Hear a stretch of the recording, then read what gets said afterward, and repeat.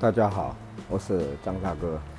今天我们要做的科目是这颗宾士 W460的230GE 从香港来的分油盘的故障测试。这颗分油盘的编号是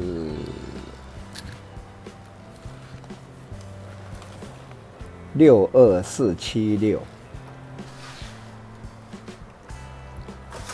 我们现在来做一个1分钟的全油门的流量测试。大哥打开电源，打开定时器，时间设定1分钟。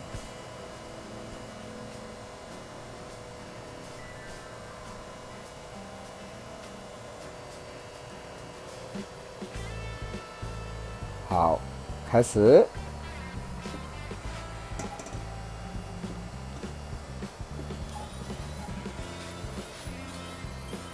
以这颗宾士 M102 引擎的4缸分油盘，它可能装在 W124 的2301或是200或是 1.8 也用这个分油盘，但是它的出油量是不一样的。那目前我们测试的这一颗，它是从香港来的 W460 G Car 的230GE 的分油盘。这颗分油盘的标准的出油量1分钟应该大概在170到190之间。我们现在很明显看到这颗分油盘是严重的堵塞了。我们来看看它到底状况是怎么样。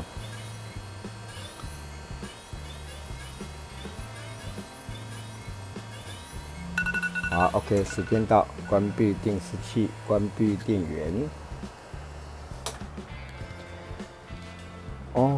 这颗分油盘是严重的堵塞了。第一缸，画面上由右到左分别是1、2、3、4缸。第一缸30，第二缸60，第三缸40，第五缸55，跟我们标准的每一缸的出油量在170到190，这误差就太大了所以这颗分油盘很明显在车上是肯定发不起来了。等大哥整修过之后呢，我们再来看它的测试结果。这颗编号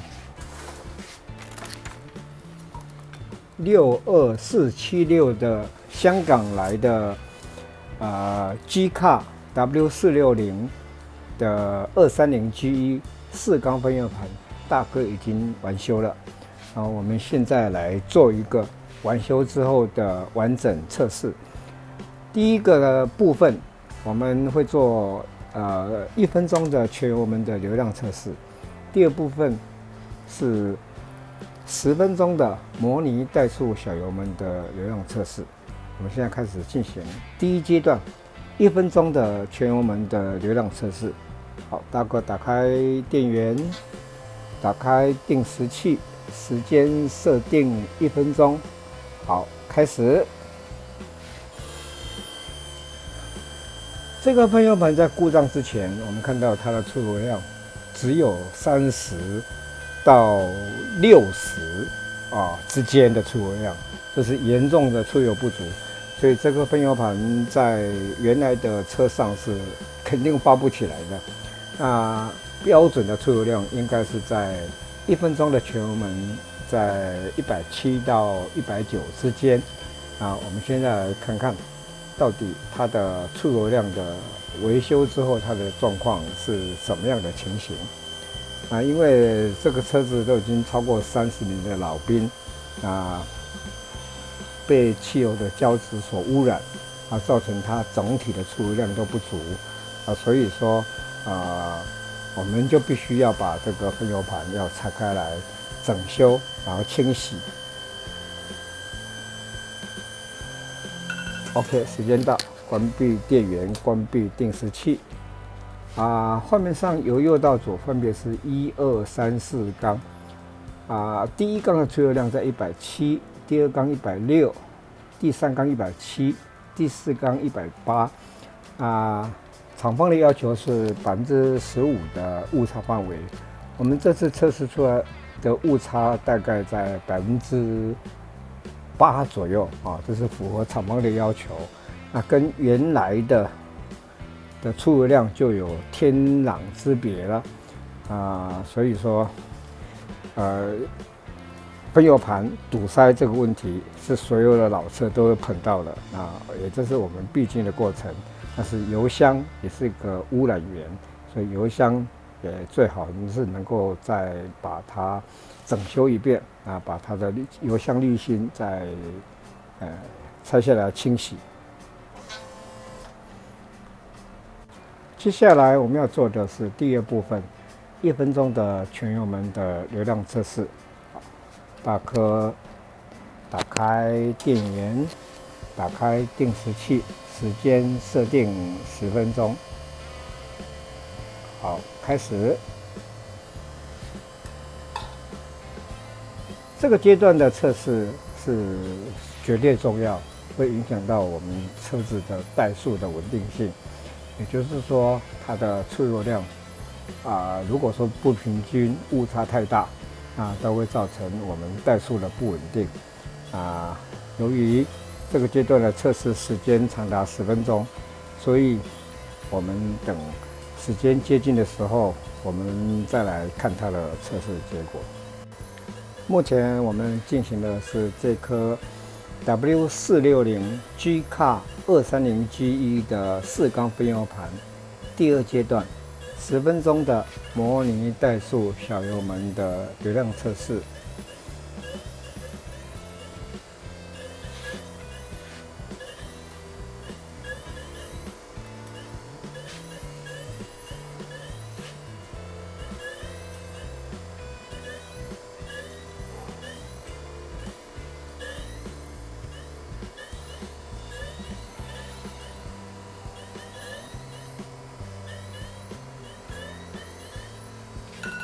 好，时间到，关闭定时器，关闭电源。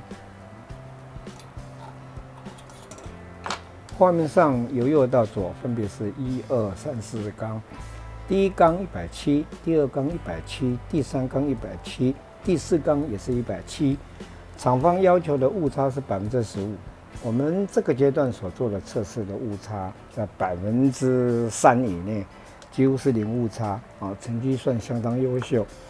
因为这个阶段的测试是绝对影响到我们怠速的稳定性，所以说这个阶段的测试对大哥来讲，他要求的会更加严格我们整个测试阶段就到此结束了，好，拜拜。